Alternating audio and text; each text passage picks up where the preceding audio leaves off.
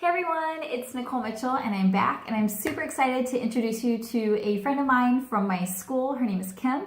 So I'm going to let Kim introduce herself. So tell us how you identify, maybe what you do for work or school, and anything else about yourself or your family you'd like to share. So my name is Kim Graff and I am a student at United along with Nicole, where I'm getting my MDiv on my way to my DMin degree, which is a lot of terms that you don't have to know, but just means I'm trying to get more education and pay a lot of money. I live in one of the suburbs of the Twin Cities with my spouse and my 4 sons. My one son is a transgender young man and is brilliant and wonderful. And then we have 3 sons who were assigned male at birth.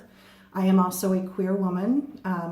I identify as bisexual or polysexual, kind of polyamorous, depending on where I am in my life, and it's changed a little bit. I grew up in a very conservative church in the Missouri Synod Lutheran Church and came into my faith over a long period of time. And Nicole is kind of in the same place I was a few years ago, but we're learning from each other, which is brilliant. She's like 10 years ahead of me on the journey. So I appreciate people like her because I have so many questions and I'm still learning and you're learning, but you're ahead of me. So I appreciate that. And we'll be learning until we're not learning anymore. Yes, and that's why we're in school. We want to learn and study and meet people and ask questions and grow, and I love that. Right.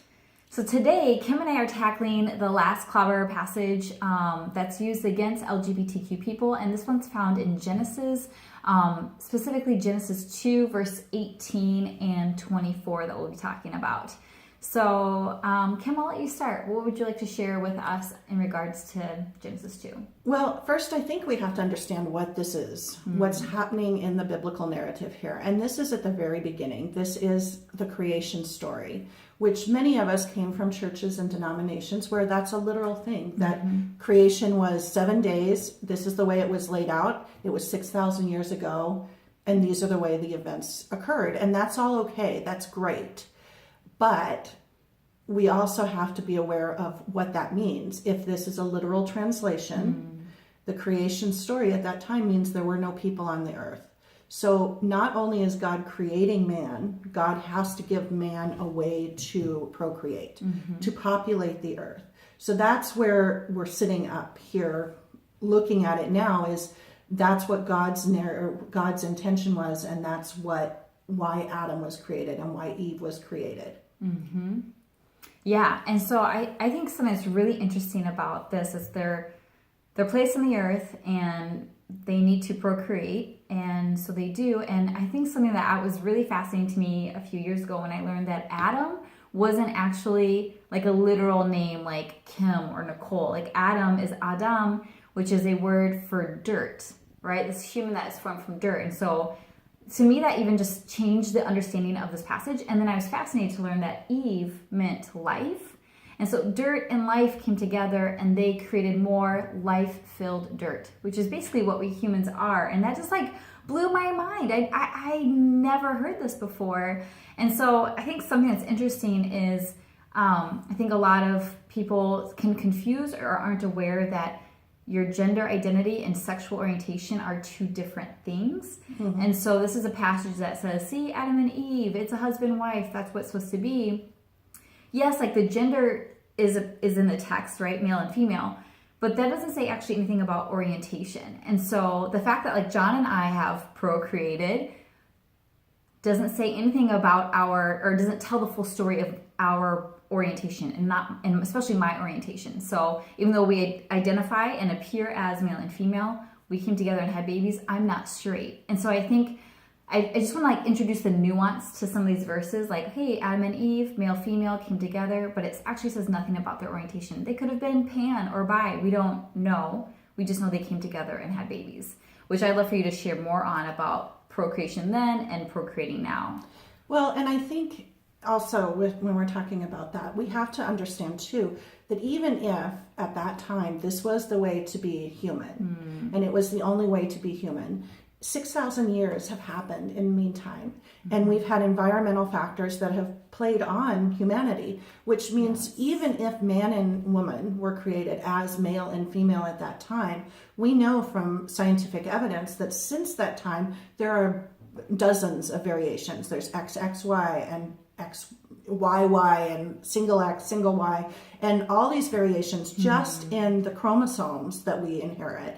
And so we can't go back and say we're exactly the same humans that were created 6,000 years ago, because we've had environmental factors, we've had pollution, we've had sin, and all of those have led us to being the people we are today.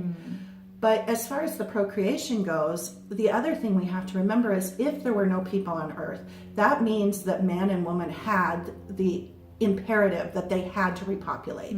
So if Adam and Eve had children, and we know that they did from the biblical narrative, they had at least 3 sons, which are named in the narrative, and then we assume they had daughters because someone had to procreate with the sons.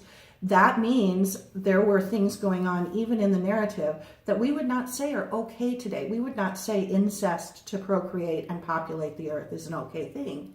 In fact, we say that it's a dangerous thing. So going through all of that, that means that we can't then look at these 2 verses and say we're going to use them as a literal call to do what we do today and to behave in the ways that we should today. Yes, like we've changed, like back, if we're going to be literal about this interpretation in Genesis 2, then if you have to be consistent in your literal interpretation. So then if the children came together and had incest to procreate, we've made the change to this day where we say incest is not okay. So we've made space in text for that change of our beliefs or our opinions. And so we're trying to like show that that's already been done in regards to this text, and we don't talk necessarily about that.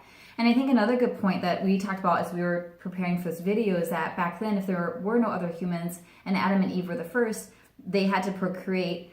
Today, that is not a problem we have today. We actually have the problem of overpopulation. There's so many people, and so few of the population use up majority of the Earth's resources. And so we're struggling with all kinds of things because of how big our population is right now. So we're in a completely different situation than Adam and Eve were in the very beginning.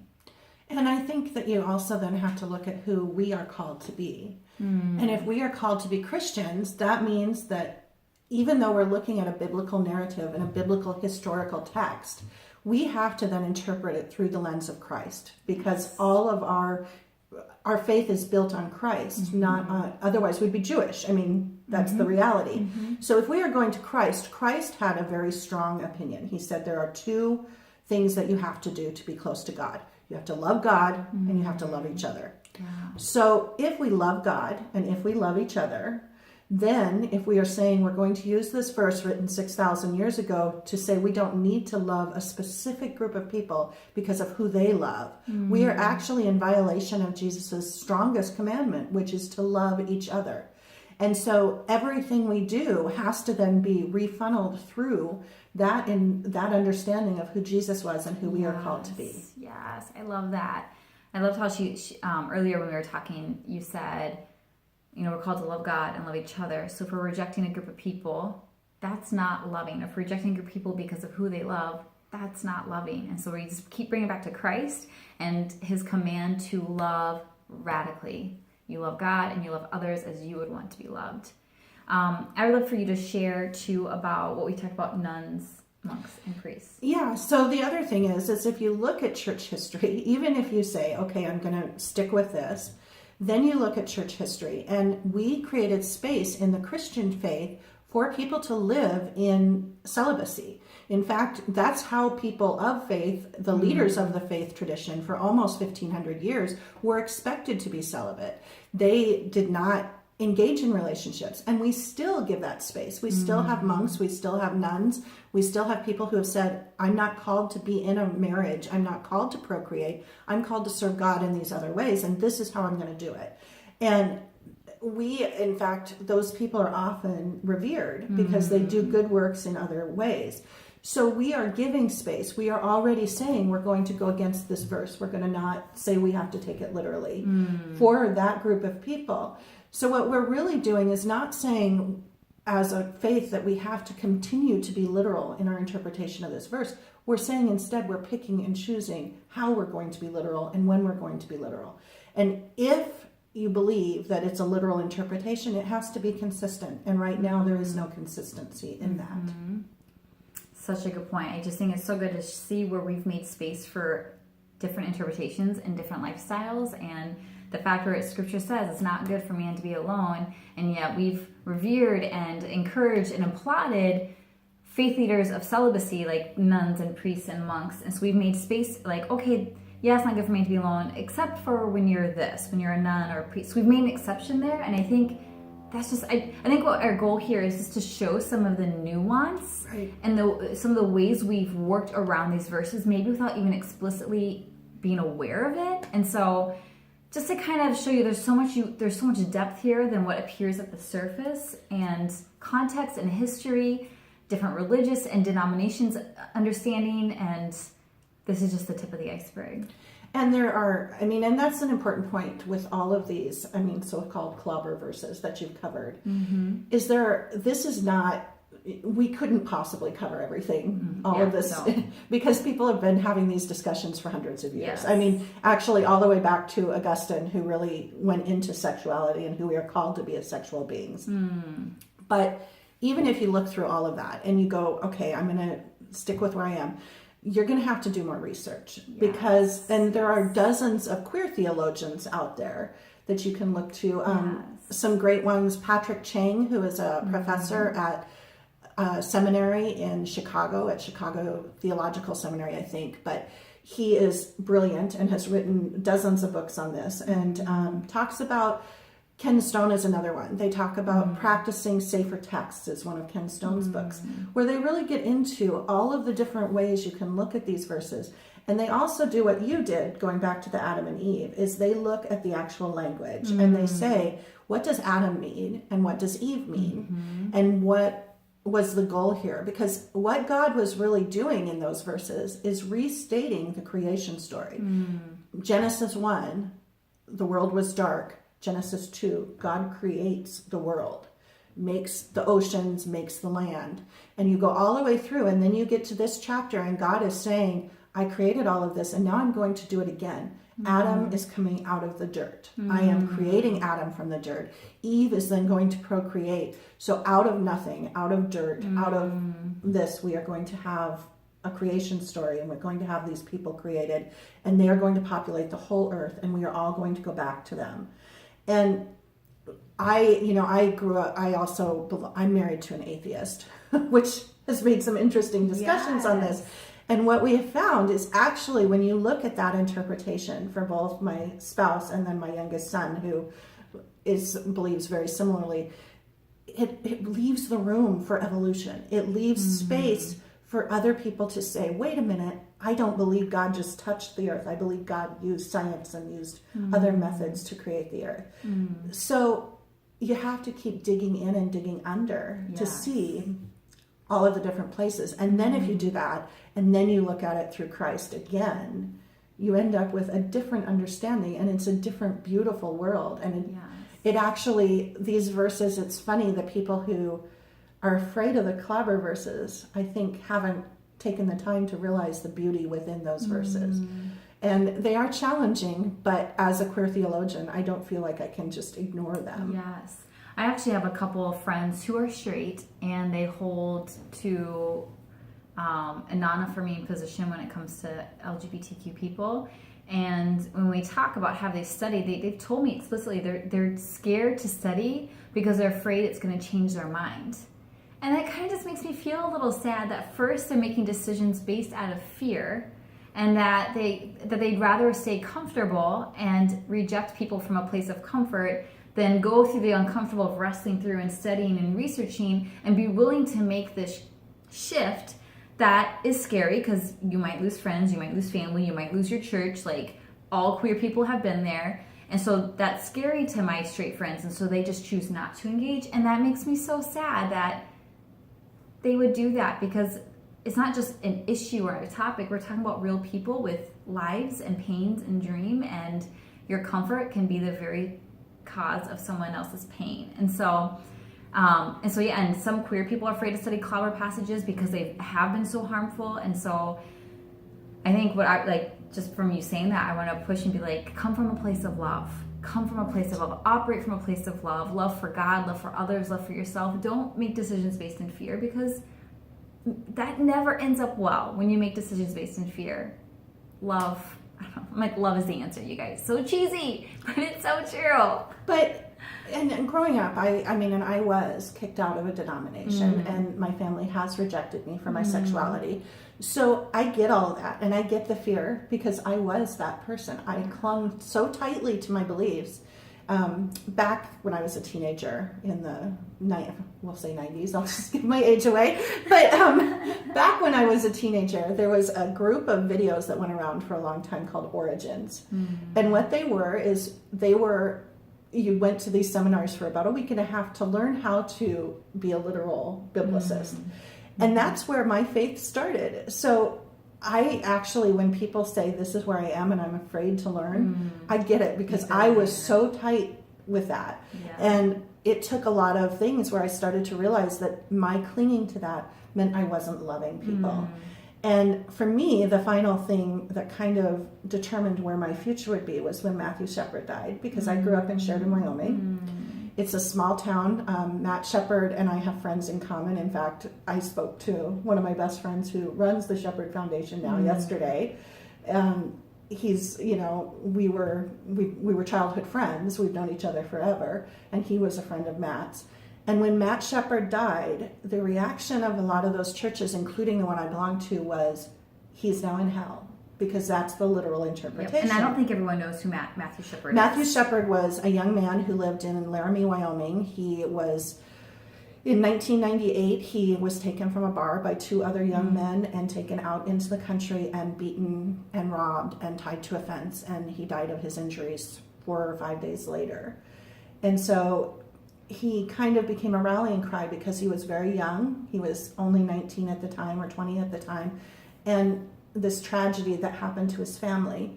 And his dad was a person of profound faith, is still a person of profound faith.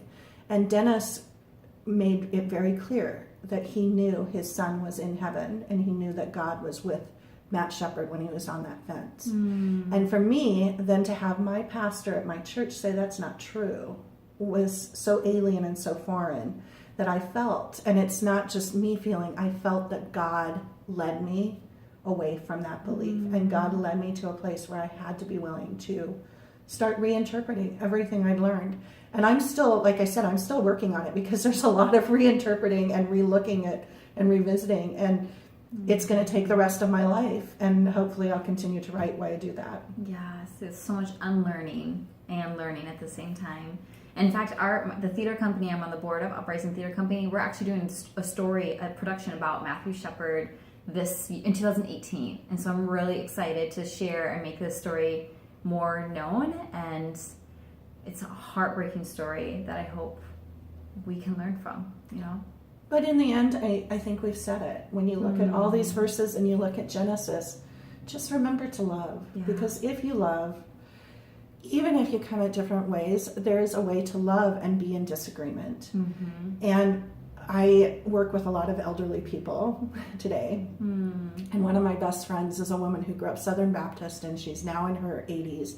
And she said, I can't reinterpret my faith. This is what I believe. And she's also said, but I know God loves you, and I love you, and I will always love you. And so she has created a space where you can say, I disagree maybe on this theological thing, but I'm not going to let it get in the way.